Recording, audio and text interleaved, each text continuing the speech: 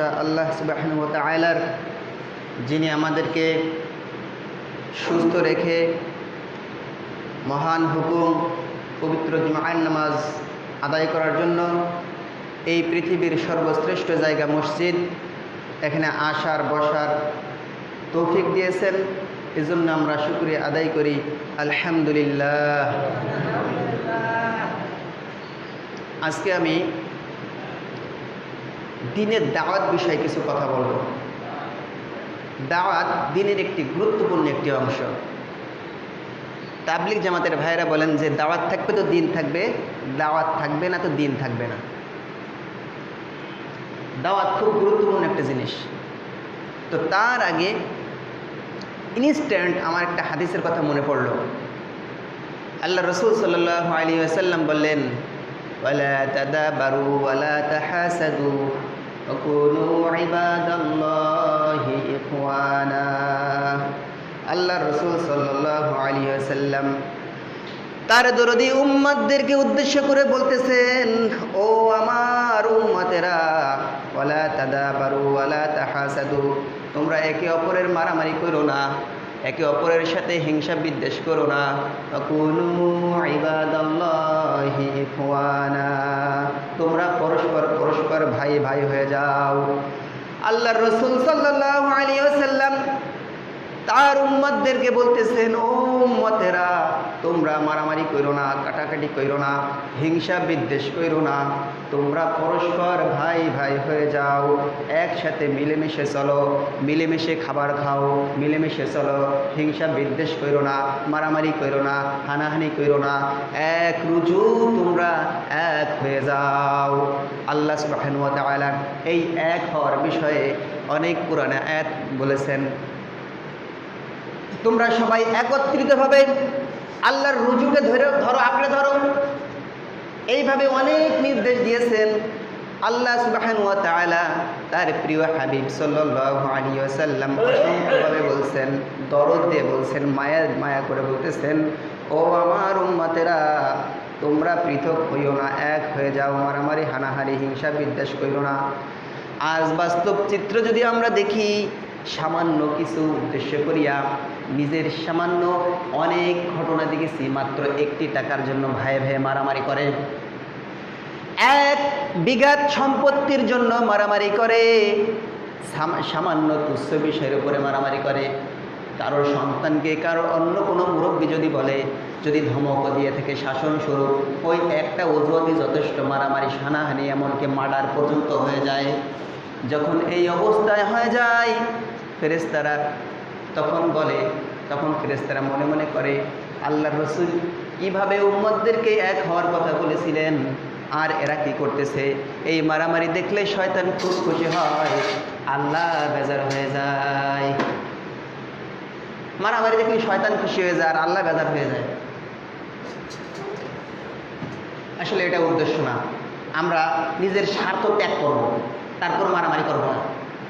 নিজের স্বার্থ ত্যাগ করব, মারামারি করব না। মনে করেন আপনি 500 টাকা ঠকে গেলেন, একজন ভাই আপনাকে 1000 টাকা ঠকাই দিল, 10,000 টাকা ঠকাই দিল, একখানে জমি আত্মসাৎ করে নিল। এর প্রতিবাদ যদি আপনি করতে চান, এই বিনিময়ে মারামারি করতে চান, এই মারামারির কারণে আপনার সামান্য স্বার্থের জন্য একটা এলাকা অশান্ত পরিবেশ বিরাজ করবে। এই সামান্য অর্থের জন্য আপনার জেলের ভাত খাওয়া লাগতে পারে। এই সামান্যতম ক্ষুদ্র স্বার্থ আপনি না ছাড়ার কারণে এমনও হইতে পারে আপনি মার্ডার কেসের আসামি হয়ে যেতে পারেন, এমনও হইতে পারে আপনি জেলে যেতে পারেন, এমনও হইতে পারে আপনি হাসপাতালে কাতরাইতে পারেন। যখন আপনি জেলে চলে যাবেন, যখন আপনি হাসপাতালে চলে যাবেন, হিসাব করে দেখবেন যে সামান্য স্বার্থের জন্য মারামারি করলাম, ওই সামান্য স্বার্থ বিরাট আকারে ধারণ করিয়া লক্ষ লক্ষ টাকা খরচ হয়ে গেছে, তাই না? সামান্য অর্থের জন্য আমরা মারামারি করি, সামান্য ইগোর জন্য আমরা মারামারি করি। এই ইগো নিয়ে মারামারি করতে গিয়ে এমন সময় হয়, আমি ঘর ছাড়া হয়ে গেলাম, আমি দেশ ছাড়া হয়ে গেলাম, আমার স্ত্রী সন্তান কি অবস্থায় আছে একটু খোঁজও নিতে পারি না। আপনারা যারা মার্ডার কেসের আসামি হয়েছেন আপনারা খুব ভালো বোঝেন, একবার আসামি যদি আপনি হয়ে যান, পুলিশ যদি আপনাকে দাবড়ায়, আপনি যতই বীর বাহাদুরি হন না কেন, পুলিশ দাবড়ালে আপনাকে দৌড়াতেই হবে। আল্লাহ রসুল কিভাবে বলে গেছেন, দরদ দিয়ে বলেছেন, ও আমার উম্মতেরা, তোমরা মারামারি হানাহানি হিংসা বিদ্বেষ করো না, তোমরা পরস্পর ভাই হয়ে যাও। আল্লাহ রসুলের এই একটা হাদিস যদি আমরা মানতাম, পুরো মুসলিম উম্মার ভিতরে কোনো দ্বন্দ্ব থাকতো না, কোনো দ্বন্দ্ব থাকতো না। এই একটা হাদিস যদি আমরা মানতাম, অথচ অসংখ্য হাদিস বলে গেছেন, কোরআনের আয়াত অসংখ্য ভুরি ভুরি হয়েছে, কে মানে কার কথা? মানার কোনো অপশন নাই, মানতে গেলে তো আমি ছোট হয়ে যাই। যাই হোক, এই বিষয়ে কথা আমি বলতে চাচ্ছি না, আমি কথা বলবো দ্বীনের দাওয়াত সম্পর্কে। আল্লাহ সুবহানাহু ওয়া তাআলা সূরা আল ইমরানের 110 নম্বর আয়াতে বলতেছেন, কুনতু খায়রা উম্মাতিন উখরিজাত লিন-নাসি তা'মুরুনা বিল মা'রুফি ওয়া তানহাউনা 'আনিল মুনকার ওয়া তু'মিনুনা বিল্লাহ। আল্লাহ সুবহানাহু ওয়া তাআলা বলতেছেন, কুনতু খায়রা উম্মাহ, তোমরা সর্বশ্রেষ্ঠ জাতি। তুখরিজুনা, তোমাদেরকে বাহির করা হয়েছে, তুখরিজুনা লিন-নাস, তোমাদেরকে বাহির করা হয়েছে মানুষের জন্য। কিসের জন্য? মানুষের জন্য। তোমরা মানুষদেরকে তা'মুরুনা বিল মা'রুফ ওয়া তানহাউনা 'আনিল মুনকার ওয়া তু'মিনুনা বিল্লাহ। তোমরা আমাদেরকে উদ্দেশ্য করে বলতেছেন, উম্মতে মুহাম্মাদীদেরকে উদ্দেশ্য করে বলতেছেন আল্লাহ সুবহানাহু ওয়া তাআলা, তোমরা হচ্ছে সর্বশ্রেষ্ঠ জাতি, তোমাদেরকে মানুষের জন্য বাইর করা হয়েছে। তোমাদের কাজটা হচ্ছে তুমিনুনা বিল্লাহ, তোমরা আল্লাহর উপর ঈমান আনবে। তা'মুরুনা বিল মা'রুফ, সৎ কাজের আদেশ দিবে, ওয়া তানহাউনা 'আনিল মুনকার, এবং অসৎ কাজ থেকে বিরত রাখবে মানুষদেরকে। আল্লাহ সুবহানাহু ওয়া তাআলা অন্য আয়াতে বলেন, কুনতু খায়রা উম্মাতিন উখরিজাত লিন-নাসি তা'মুরুনা বিল মা'রুফি ওয়া তানহাউনা 'আনিল মুনকার ওয়া তু'মিনুনা বিল্লাহ।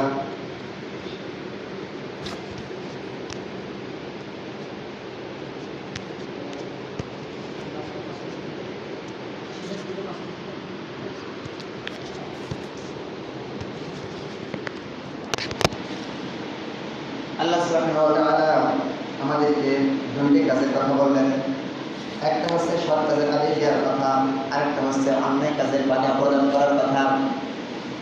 এই সৎ কাজের আদেশ যখন আমি দিতে যাব, অন্যায় কাজে বাধা যখন আমি প্রদান করতে যাব, দেখা যাবে এমনি আমি ভালো আছি, এমনি আমি সবাই আমাকে ভালোবাসবে, ভালো জানবে। যখন আমি মানুষদেরকে সৎ কাজের উপদেশ দিতে যাব, যখন আমি মানুষদেরকে অন্যায়ের পথে বাধা দিতে যাব, তখন মানুষের কাছে আমি খারাপ হয়ে যাব। আল্লাহ রাসূল সাল্লাল্লাহু আলাইহি ওয়াসাল্লাম নবুয়ত প্রাপ্তির আগে তিনি মানুষদের কাছে খুব ভালো ছিলেন। জাহিলি যুগের মানুষেরা যার বিরোধিতা যারা করেছিলেন, তার বিরোধিতা পরবর্তীতে যারা করেছিলেন, তারা সকলেই তাকে এক নামে আল আমিন বলে ডাকত, তাকে সবাই ভালোবাসত। তার শত্রু কেউ ছিল না, তার বিরুদ্ধে কথা বলার ক্ষমতা কারোর ছিল না। তিনি একটি ফয়সালা দিলে সমস্ত কাফের মুশরিক কথা মেনে নিত। এই ইতিহাস আমরা সবাই জানি। এরপরে যখন তিনি দেখলেন মানুষের অবস্থা এরকম ভয়াবহ আকারে ধারণ করে, এক আল্লাহ বাদ দিয়ে তারা বিভিন্ন দেবদেবীর পূজা করে, মানুষ আল্লাহকে ভুলে দিয়া দেবদেবীর পূজা অর্চনা করে, আল্লাহকে ডাকে না, তখন এই বিষয় দেখে তিনি চিন্তাগ্রস্ত হয়ে গেলেন। তিনি চিন্তা করলেন কিভাবে এই জাতিকে মুক্ত করা যায়। এই চিন্তায় ব্যতিগ্রস্ত হইয়া হেরা পর্বতের গুহায় তিনি ধ্যানে মগ্ন রইলেন। এরকম চিন্তাগ্রস্ত দেখে আল্লাহ সুবহানাহু ওয়া তাআলা তার জীবনের 40 বছর বয়সে তাকে নবুয়ত দান করলেন। নবুয়ত দান করার পরে তিনি মানুষদের কাছে ফিরে আসলেন, মানুষদেরকে বললেন, ও মানুষেরা, তোমরা যদি বাঁচতে চাও, তোমরা যদি মুক্তি পেতে চাও, কুলু লা ইলাহা ইল্লাল্লাহ। হে মানুষেরা, তোমরা যদি সফল হতে চাও, তখন তোমরা এক আল্লাহর দিকে ফিরে যাও, তোমরা বলো লা ইলাহা ইল্লাল্লাহ। যখন তোমরা লা ইলাহা ইল্লাল্লাহ বলবা, সমস্ত দেব-দেবী উপাসনা ভুলে গিয়া এক আল্লাহর দিকে রুজু হয়ে যাবা, তুফলিহুন, তখন তোমরা সফলকাম হয়ে যাবা। আল্লাহ সুবহানাহু ওয়া তাআলা সূরা আলে ইমরানের 104 নম্বর বলতেছেন, ওয়ালতাকুম মিনকুম উম্মাতুন ইয়াদউনা ইলাল খায়রি ওয়া ইয়ামুরুনা বিল মা'রুফি ওয়া ইয়ানহাউনা 'আনিল মুনকার ওয়া উলাইকা হুমুল মুফলিহুন। আল্লাহ সুবহানাহু ওয়া তাআলা সূরা আলে ইমরানের 104 নম্বর আয়াতে বলতেছেন, ওয়ালতাকুম মিনকুম, তোমাদের মধ্য থেকে উম্মাতুন, একটা দল থাকা প্রয়োজন, ইয়াদউনা ইলাল খায়রি, তারা মানুষদেরকে ভালোর দিকে ডাকবে, ওয়া ইয়ামুরুনা বিল মা'রুফি, এবং সৎ কাজের আদেশ দেবে, ওয়া ইয়ানহাউনা আনিল মুনকার, এবং অসৎ কাজ থেকে বিরত রাখবে, উলাইকা হুমুল মুফলিহুন। আল্লাহ সুবহানাহু ওয়া তাআলা বললেন, তোমাদের মধ্যে একটি দল থাকা প্রয়োজন, যারা মানুষদেরকে ভালো কাজের উপদেশ দেবে, সৎ কাজের আদেশ দেবে, মানুষদেরকে অন্যায় কাজ থেকে বিরত রাখবে, আর এই দলটাই হলো সফল কাম। আল্লাহ সুবহানাহু ওয়া তাআলা সূরা হজের 41 নম্বর আয়াতে বলতেছেন, আল্লাযীনা মাক্কান্নাহুম ফিল আরদি আকামুস সালাতা ওয়া আতুজ যাকাতা ওয়া আমারু বিল মা'রুফি ওয়া নাহাউ আনিল মুনকার ওয়ালিল্লাহি আকিবাতুল উমুর।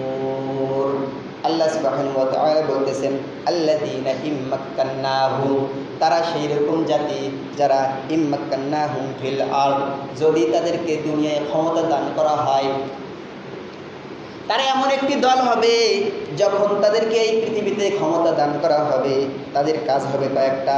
আকামুস সালাতা, সর্বপ্রথম তাদের কাজ হবে নামাজ প্রতিষ্ঠা করা, ওয়া আতুজ যাকাতা, এরপরে তাদের কাজ হবে যাকাত প্রতিষ্ঠা করা, যাকাত আদায় করা, ওয়া আমারু বিল মা'রুফ, এবং মানুষদেরকে সৎ কাজের আদেশ দেবে, ওয়া নাহাউ আনিল মুনকার, এবং মানুষদেরকে অসৎ পথ থেকে বিরত রাখবে। ওয়ালিল্লাহি আকিবাতুল উমুর। এই বিষয়ে আল্লাহ রাসূল সাল্লাল্লাহু আলাইহি ওয়াসাল্লাম বলতেছেন, وعن أبي هريرة أن رسول الله صلى الله عليه وسلم قال من دعا إلى هدى كان له من الأجر مثل أجور من تبعه لا ينقص ذلك من أجورهم شيئا ومن دعا إلى ضلالة كان عليه من الإثم مثل آثام من تبعه لا ينقص ذلك من آثامهم شيئا رواه মুসলিম শরীফের 1612 নম্বর হাদিসে আল্লাহ রাসূল সাল্লাল্লাহু আলাইহি ওয়াসাল্লাম বলতেছেন, মান দাআ ইলা হুদা, যে ব্যক্তি মানুষদেরকে ভালো কাজের আহ্বান করবে, যদি কোনো ব্যক্তি মানুষদেরকে ভালো কাজের আহ্বান করে, ভালো পথ দেখায়, ওই কাজ যদি কোনো মানুষ করে, তার দেখানো পথে তার আহ্বান করায়, কোনো মানুষ যদি ভালো কাজ করে, তাহলে ওই মানুষ যতগুলো ভালো কাজ করবে, ওই ভালো কাজের বদলা যে দাওয়াত দিয়েছে তাকে আল্লাহ দিবেন, কিন্তু তার সব থেকে একটু কম হবে না। অপরদিকে যদি কোনো ব্যক্তি মানুষদেরকে অন্যায় পথে ডাকে, আর এটাকে ছাড়া দিয়ে যদি কোনো মানুষ অন্যায় কাজ করে, ওই অন্যায় কাজ করার দরুন যেই পাপ তার হবে, এই পাপ তারও একটা অংশ চলে যাবে, যে অংশ তার দিকে চলে যাবে, যে পাপ করবে তার থেকে এক চুল পরিমাণও কম হবে না। আমি যদি মানুষদেরকে ভালো কাজের আহ্বান করি, আমি যদি মানুষদেরকে বলি, ভাই আমি নামাজ পড়তে যাচ্ছি, তুমিও নামাজ পড়তে আসো, আমি যদি বলি ভাই আমি নামাজ পড়তে যাচ্ছি, তুমি নামাজ পড়তে আসো, রাস্তায় দেখা হলো ভাই তুমি নামাজ পড়তে আসো, ওই ব্যক্তি যদি নামাজ পড়ে, নামাজের যে সব অটোমেটিক আমল নামাই যোগ হয়ে যাবে, কিন্তু ওই নামাজের এক চুল পরিমাণও সব কম হবে না। আমরা সমবয়স্ক মানুষ, নানান অপকর্মের সাথে আমরা লিপ্ত হয়ে যাই। একই সমবয়স্ক মানুষ আমরা যদি বলি, ও ভাই আমি একটা সিনেমা হলে যাচ্ছি, সুন্দর একটা সিনেমা রিলিজ হয়েছে, চল সিনেমা দেখতে যাই, যদি আমার কথাই উদ্বুদ্ধ হইয়া আমার ভাই সিনেমা দেখতে যায়, ওই সিনেমা দেখার যে পাপ, ওই পাপ তা তো হইলই। ওই পাপ যার যে পাপ যে করলো, পাপের যে পাপ, ওই পাপের তো সমপরিমাণ পাপ হইল। আমি যে তাকে খারাপ পথে ডাকলাম, আমি তার সমপরিমাণ সম্পূর্ণ পাপের ভাগীদারি আমি হব। সুতরাং মানুষদেরকে ভালো কাজ মন্দ কাজ থেকে ডাকতে হবে, ভুল বুঝে শুনে ডাকতে হবে। বুঝে শুনে ডাকবেন। কোনোদিনও নিজে খারাপ কাজ করতেছেন, মানুষদেরকে খারাপ কাজে ডাকা যাবে না। নিজে ভালো কাজ করতে হবে, মানুষদেরকে ভালো কাজের আহ্বান করতে হবে। যদি আমরা মানুষদেরকে ভালো কাজ করি, মানুষদেরকে ভালো দিকে আহ্বান করি, মানুষদেরকে অন্যায় কাজ থেকে বিরত রাখি, আল্লাহ সুবহানাহু ওয়া তাআলা এই দলটাকে খেলাফত দান করবেন, আল্লাহর ওয়াদা। এই দিনের দাওয়াত দিতে গিয়ে নবী রাসূল নবী করিম সাল্লাল্লাহু আলাইহি ওয়াসাল্লাম কাফের মুশরিকদের হাতে নানান ধরনের নির্যাতনের শিকার হয়েছে, গালমন্দের শিকার হয়েছে, তাকে কাফেররা মেরেছে। তাকে যারা সাড়া দিয়েছেন, ইসলাম কবুল করেছেন, তাদেরকেও ছাড় দেন নাই। হযরত খাব্বাব রাদিয়াল্লাহু তাআলা আনহু বলেন, আমি একবার এরকম কাফেরদের মাঠে অতিষ্ঠ হইয়া আল্লাহর রাসূলের কাছে গেলাম। আল্লাহর রাসূল কাবার ছায়ায় আরাম ফরমাচ্ছেন, আমি তার কাছে গেলাম। আল্লাহর রাসূলকে বললাম, ইয়া হাবিব আলা তাস্তানসিরু লানা আলা তাদউ লানা। ও হাবিব, আমরা তো মার খেয়ে শেষ হয়ে গেলাম, কাফেরদের হাতে মার খাইতে খেতে আমাদের অবস্থা খারাপ। আলা তাস্তানসিরু লানা আলা তাদউ লানা, আপনি কি আমাদের জন্য দোয়া করবেন না? আল্লাহ কি আমাদের এই অবস্থা থেকে পরিত্রাণ করবেন না? আল্লাহর রাসূল তার কথা শুনে উঠে বসলেন। আল্লাহর রাসূল বললেন, উঠে বসলেন এবং বললেন, ও খাব্বাব, এই দিনের দাওয়াত দিতে গিয়া পূর্বের নবী রাসূলগণ তাদেরকে শাসক গোষ্ঠী, ধনাঢ্য পুঁজিবাদীর গোষ্ঠী তাদেরকে ধরত। ধরার পরে কোমর পর্যন্ত গর্ত করত, গর্ত করার পরে তাদেরকে গর্তে কোমর পর্যন্ত মাটি দিয়ে টেনে দিত। এরপরে করাত আনা হতো, করাত তাদের মাথায় ধরা হতো, করাত দিয়ে ছিঁড়ে ছিঁড়ে ছিঁড়ে ছিঁড়ে তাদেরকে দ্বিখণ্ডিত করে ফেলে দিত। এইরকম করুণ পরিস্থিতিতেও তারা দিনের দাওয়াত ছেড়ে দেয় নাই। এরকম অত্যাচার নির্যাতনের পরেও তারা দিনের দাওয়াত ছেড়ে দেয় নাই। ও খাব্বাব, তুমি শুনে রাখো, এরকম যদি আমরা দিনের দাওয়াত দিতে থাকি, এরকম অচিরেই এমন একটা সময় আসবে, পুরো সৌদি আরবের ইয়ামেনের সানা থেকে সৌদি আরবের হাজরামত পর্যন্ত এই বিস্তৃত এলাকা আল্লাহ সুবহানাহু ওয়া তাআলা মুসলমানদের হাতে ক্ষমতা দিবেন। তখন মুসলমানেরা আল্লাহ ছাড়া কাউকে ভয় পাবে না, কোনো ধরনের মারামারি হানাহানি থাকবে না, চুরি ডাকাতি সব দূর হয়ে যাবে, নারীদের সম্ভ্রম হেফাজতে থাকবে। এই বিস্তৃত জমির ভিতরে মানুষজন সওদাগরেরা মালামাল নিয়ে ব্যবসা বাণিজ্যের পথে রওনা করবে।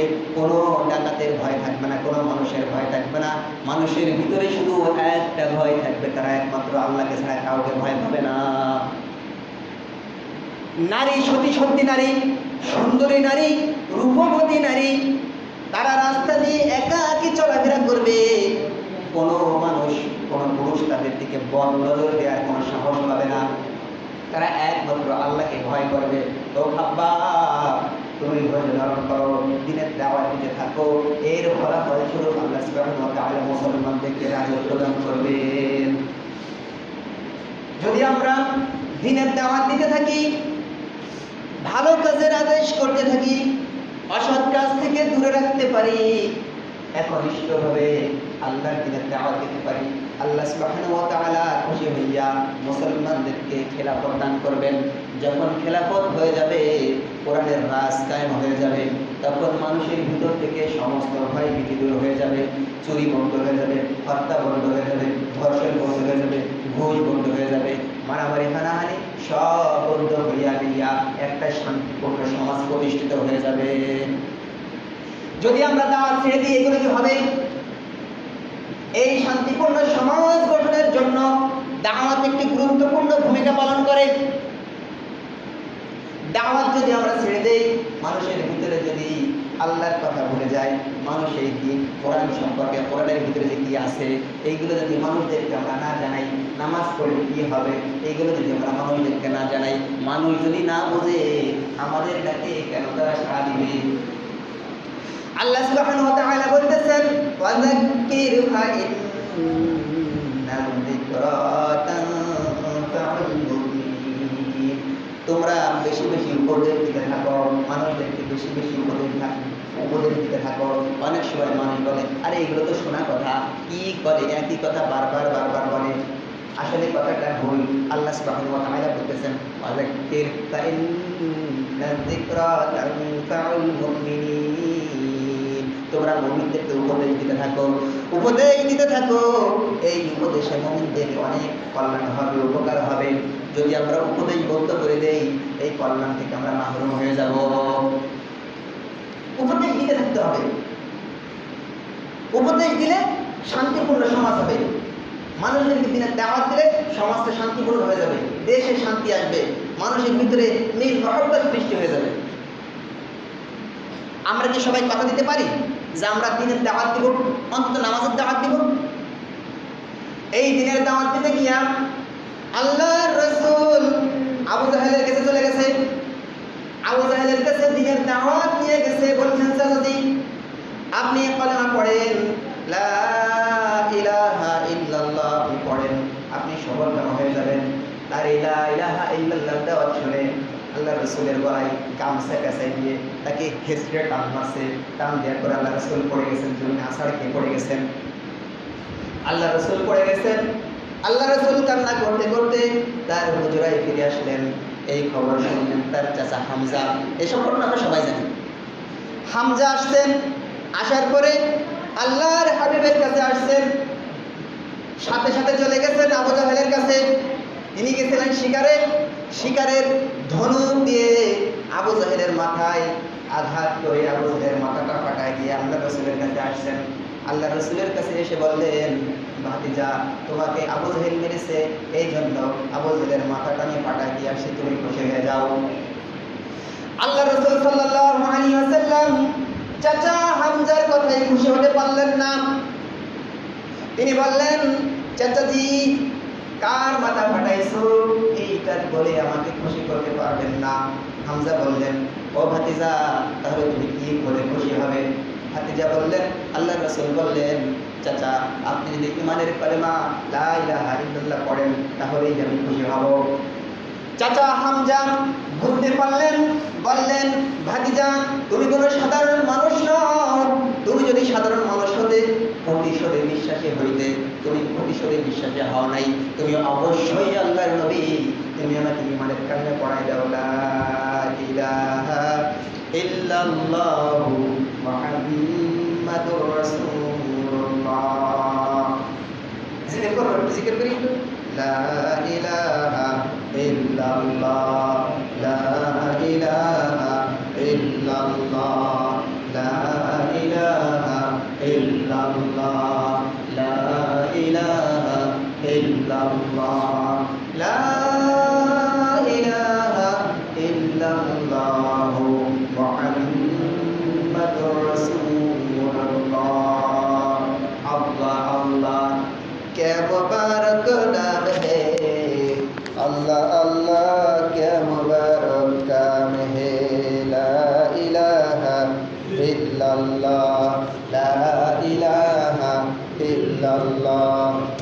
আল্লাহ সুবহানাহু ওয়া তাআলা হামিম সেজদার 33 নম্বর আয়াতে বলতেছেন আমান আহসানু কওলাম মিম্মান দাআ ইলাল্লাহি ওয়া আমিলা সালিহান ওয়া ক্বালা ইন্নানি মিনাল মুসলিমিন। আল্লাহ সুবহানাহু ওয়া তাআলা হামিম সেজদার 33 নম্বর আয়াতে বলছেন আমান আহসানু কওলাম মিম্মান দাআ ইলাল্লাহি ওয়া আমিলা সালিহান ওয়া ক্বালা ইন্নানি মিনাল মুসলিমিন। আর তার থেকে ভালো কথা কে বলেন? তার থেকে ভালো কথা বলার আর কেউ নেই। যে ব্যক্তি মিম্মান দাআ ইলাল্লাহ আল্লাহর দিকে মানুষদেরকে ডাকে, ওয়া আমিলা সালিহা এবং সৎ কাজ করে, ক্বালা ইন্নানি মিনাল মুসলিমিন।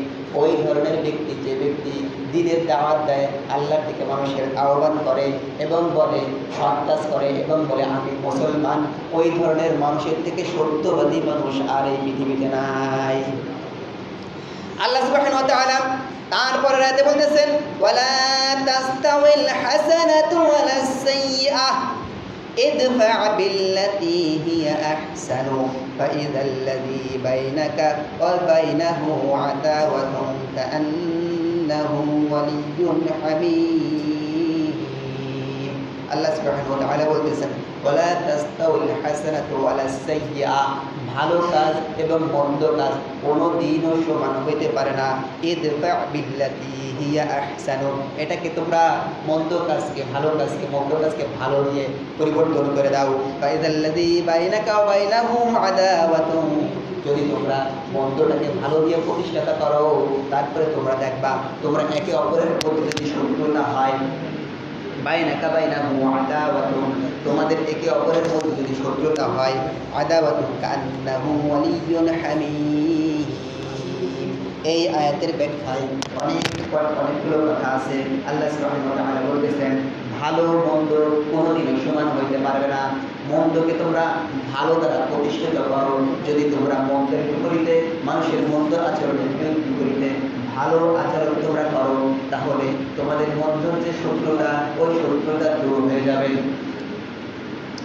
আল্লাহ রাসূল সাল্লাল্লাহু আলাইহি ওয়াসাল্লাম এই আয়াতের বাস্তব উদাহরণ আল্লাহ রাসূল সাল্লাল্লাহু আলাইহি ওয়াসাল্লাম হয়েছেন। এখানে ভালো মন্দটাকে ভালো দ্বারা কীভাবে বদলাবো, আমি দিনের দাওয়াত দিতে গিয়া মানুষ আমার শত্রু হবে, এটাই স্বাভাবিক। আমি দিনের দাওয়াত দিব, মানুষদেরকে সৎ পথে আহ্বান করব, আর আমার শত্রু হবে না, এটাই কোনোদিনও সম্ভব না। আল্লাহ রাসূলের মতো মানুষ তার শত্রু মানুষ হয়ে গিয়েছিল। আল্লাহ রাসূলকে আল্লাহ আমাদেরকে উপদেশ দিয়ে বলতেছেন তোমরা মন্দটাকে ভালো দ্বারা বদলায় দাও। কীভাবে ভালো দ্বারা বদলাবো? আমি দিনের দাওয়াত দিতে যাব, একটা মানুষ খারাপ কাজ করতেছে, তাকে ভাগ্যের সাথে হিকমতের সাথে আমি তাকে দাওয়াত দেব। উদউ ইলা সাবিলি রাব্বিকা বিল হিকমাতি ওয়াল মাউইযাতিল হাসানা। আল্লাহ সুবহানাহু ওয়া তাআলা বলেন উদউ ইলা সাবিলি রাব্বিকা বিল হিকমাতি, তোমরা তোমার রবের পথে ডাকো, বিল হিকমাতি ওয়াল মাউইযাতিল হাসানা, বুদ্ধি খাটিয়ে এবং উত্তম ভালো ভালো কথা দিয়ে। আমি যতই উত্তম কথা দিয়ে মানুষদেরকে ডাকি না কেন, মানুষদেরকে ভালো পথের আহ্বান করলে যারা খারাপ পথে পরিচিত আছে তারা অবশ্যই আমার শত্রুতে পরিণত হয়ে যাবে।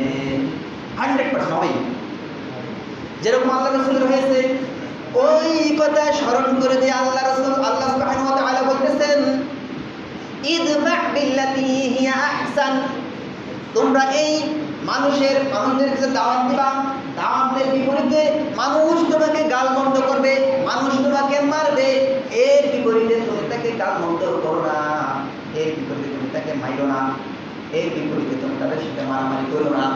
যখন তোমার মানুষ তোমাকে গালমন্দ করবে, তখন তুমি তার সাথে ভালো ব্যবহার করিও। আমি দিনের দাওয়াত দেব, শয়তানের পড়ে যাইতো ভেজাল লাগবেই যাবে। আমি দিনের দাওয়াত দেব, সমাজ পরিবারের সুদ ঘুষ সমাজে পাপাচারে সয়লাভ করে রাখছে, মানুষ এই মানুষ দিয়ে সুবিধা ভোগ করে, এরকম সবাই করে। তখন তাদের ভিতরে সমস্যা সৃষ্টি হবে, তারা তোমাকে বাধা প্রদান করবে। এই বাধার বিপরীতে তুমি তাদের সাথে সৎ ব্যবহার করো, উত্তম সুন্দর কথা বলো। যখন তুমি এরকম সুন্দর কথা বলবা, মানুষ তোমাকে গালমন্দ করতে থাকবে, মানুষ তোমাকে মারতে থাকবে, এই বিপদে তুমি তাদের সাথে ভালো ব্যবহার করতেই থাকবা, তখন ওই মানুষটা একটা সময় তোমার ভালো উত্তম বন্ধু হয়ে যাবে। এরকম যদি আমরা উদাহরণ হিসেবে দেখি, আল্লাহর রাসূল সাল্লাল্লাহু আলাইহি ওয়াসাল্লাম যখন দিনের দাওয়াত দিতে গিয়েছিলেন, তখন সবাই তার ভিতরে ক্ষিপ্ত হয়ে গেল। একটা পর্যায়ে ওমর রাদিয়াল্লাহু তাআলা আনহু তার বিরুদ্ধে অস্ত্র নিয়ে আসলেন মারার জন্য, হত্যা করার জন্য। যখন অস্ত্র নিয়ে আসলেন, আল্লাহ রাসূল তার সাথে গালমন্দ করেছিলেন, তার সাথে গালমন্দ করেন নাই, তাকে তাড়ায় দেন নাই, তার ডিফেন্স করার জন্য সৈন্য সামর্থ্য তৈরি করেন নাই। যখন ওমর রাদিয়াল্লাহু তাআলা আনহু আসলেন, তার এই মাধুর্য ব্যবহারের কথা শুনলেন, তার এই সুন্দর কথা শুনলেন, কোরআনের বাণী শুনলেন, তখন তার এই ব্যবহার দেখে আল্লাহ রাসূলের পায়ে তলোয়ার রেখে হাতে হাত রেখে মুসলমান হয়ে গেলেন।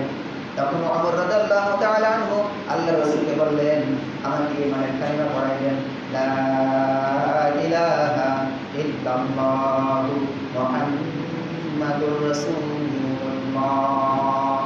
আমরা যদি মানুষদেরকে ভালো ভালো কথা বলি, ব্যবহার করি, এইরকম যদি ভালো ভালো ব্যবহার দিয়ে মানুষদেরকে দিনের পথে আহ্বান করি, তখন আমরা সফলকাম হয়ে যাব। আমরা যদি সফলকাম হই, আল্লাহ রাসূল তো বললেন, আমার কথা যদি কোনো একটা মানুষ নামাজে হয়, ও যতদিন ধরে নামাজ পড়বে, যেই নামাজ পড়বে ওর সব অটোমেটিক আমার নামে এসে যাবে। আর আমার কথার দ্বারা, আমার কাজের দ্বারা যদি উপনীত হইয়া কোনো মানুষ অন্যায় কাজ করে, ওই অন্যায়ের যে পাপ হবে, ওই পাপ আমার নামে এসে যাবে। কথা বলতে গেলে অনেক লম্বা হয়ে যাবে, কথা আর লম্বা করবো না। যতদূর শুনলাম, আমরা যার যার জায়গা থেকে দিনের দাওয়াত দেবো তো ইনশাআল্লাহ। আমরা যে কয়জন মানুষ আছি, যদি প্রত্যেকে এক একজনকে দাওয়াত দিই, ভাই আসো ভাই নামাজ পড়ো, নামাজ পড়লে সফলতা হবা, নামাজ পড়লে এই ধরনের ফল হবে, জান্নাতে যেতে পারবা, আমরা যদি বলি, এতে কি আমাদের অনেক কষ্ট হবে? আমাদের তো অনেক কষ্ট হবে। কষ্ট হবে কার কার? কেউ আছে যে কষ্ট হবে? আচ্ছা, আমরা এই কাজ প্রত্যেক করতে অন্তত তার সাথে দেখা হবে, তাকেই বলবো ভাই নামাজ পড়তে আসেন। কেটা কেটা বলতে রাজি আছি? সবাই রাজি আছি না? যার যার জায়গা থেকে যদি আমরা সবাই সক্রিয় হয়ে যাই, যদি দিনের দাওয়াত এভাবে চলতে থাকে, সমাজটা শান্তিপূর্ণ সমাজ হয়ে যাবে। ভালো মন্দের পার্থক্যই আমরা বুঝি না। বুঝবো কিভাবে? ভালো কোনটা মন্দ কোনটা আমরা বুঝি না। এই পার্থক্যটা বুঝতে হবে আমাদের। এই জন্য দিনের দাওয়াত খুবই গুরুত্বপূর্ণ, দিনের দাওয়াত দিতেই হবে। আমি নিজে ভালো হব, মানুষদেরকে ভালো হওয়ার জন্য সাহায্য করবো। আমি নামাজের দাওয়াত দিব, ভালো কাজের দাওয়াত দিব। কোনো আলেম ওলামা যদি ডাকে ভালো কাজ আসো, আমরা আলেম ওলামার ডাকে সাড়া দিব তো ইনশাল্লাহ? না দেবো না? আবার করে এবার একটা হুজুরকে কাজ, এটা আমাদের কোনো কাজ নাই। ইসলামী খেলাফত প্রতিষ্ঠা তো হুজুরকে কাজ। হুজুরকে আমরা খাতি দিয়ে ওটা হুজুরকে কাজ, আমাদের কোনো কাজ না। এটা কি হুজুরকে কাজ? হুজুরকে কাজ না সবার কাজ? সবার কাজ না? না হুজুরকে কাজ সবাই। তাহলে হুজুরে ডাকলে যাবেন তো ইনশাল্লাহ? ভালো কাজে ডাকলে যাবেন তো ইনশাল্লাহ? যাবেন? নামাজের দাওয়াত দিবেন মানুষকে? নিজের পরিবারকে দেওয়া লাগবে না? নিজের পরিবারকে নামাজের দাওয়াত দেওয়া লাগবে নাকি? লাগবে? দিতে হবে না? তাহলে পরিবারকে দাওয়াত দেবো ইনশাল্লাহ। আমরা প্রতিজ্ঞাবদ্ধ হব, আল্লাহ বাকি জীবনে যা হয়েছে হয়েছে, মা কাজে সালাম, আল্লাহ আমরা বাকি জীবনের জন্য আমরা ক্ষমা চাই, আল্লাহ তওবা করবো। আর এখন থেকে প্রতিজ্ঞাবদ্ধ হব, আমি জীবনে কোনোদিনও নামাজ ছাড়ব না। আর মানুষকে আমার পরিবার যেন নামাজ কাজা না করে, আমার সন্তান, আমার স্ত্রী, আমার ফ্যামিলির আদুরস্থ যারা আছে, আল্লাহ রাসূল তো বললেন কুল্লুকুম রাঈন ওয়া মাসউলুন আন রাঈয়াতিহি। আমরা সকলেই জিম্মাদার, সকলেই জিম্মাদার, যার যার জায়গা থেকে সকলেই জিম্মাদার। এই জিম্মাদারি সম্পর্কে কিয়ামতের প্রশ্ন করা হবে। আমি যদি এই জিম্মাদারি পালন না করি, তাহলে আমাকে যতই 5 ওয়াক্ত নামাজ পড়ি, হুজুর হই, খেজুর হই, কোনো কিছুতে কাজ হবে। জিম্মাদারি সম্পর্কে কিয়ামতের ধরা খাইতেই হবে। এজন্য দিনের দাওয়াত আমরা দেব ইনশাআল্লাহ। দেব তো ইনশাআল্লাহ?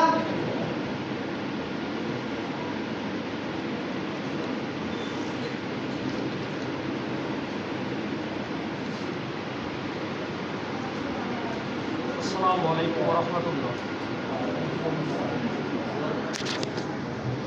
উপস্থিতি, আমি আপনাদের সামনে যে মিনিট কথা বলবো, সেটা হচ্ছে আমরা রমজান মাসে তারাবি বাবদ এবং অন্য যে অনুদান আপনাদের কাছ থেকে গ্রহণ করছি, সেই হিসাবটা আমি আপনাদেরকে একটু জানাতে চাচ্ছি। সম্মানিত উপস্থিতি,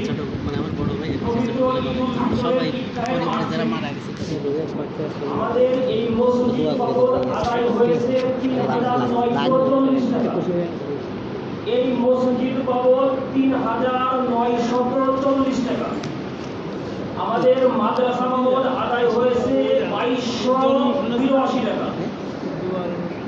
ঈদগাহ মাঠের জন্য আদায় হয়েছে ২,০৬৪ টাকা। ঈদগাহের ইমাম অর্থাৎ যিনি আমাদের নামাজ পড়াইছেন ঈদগাহের ইমামের জন্য হচ্ছে 3132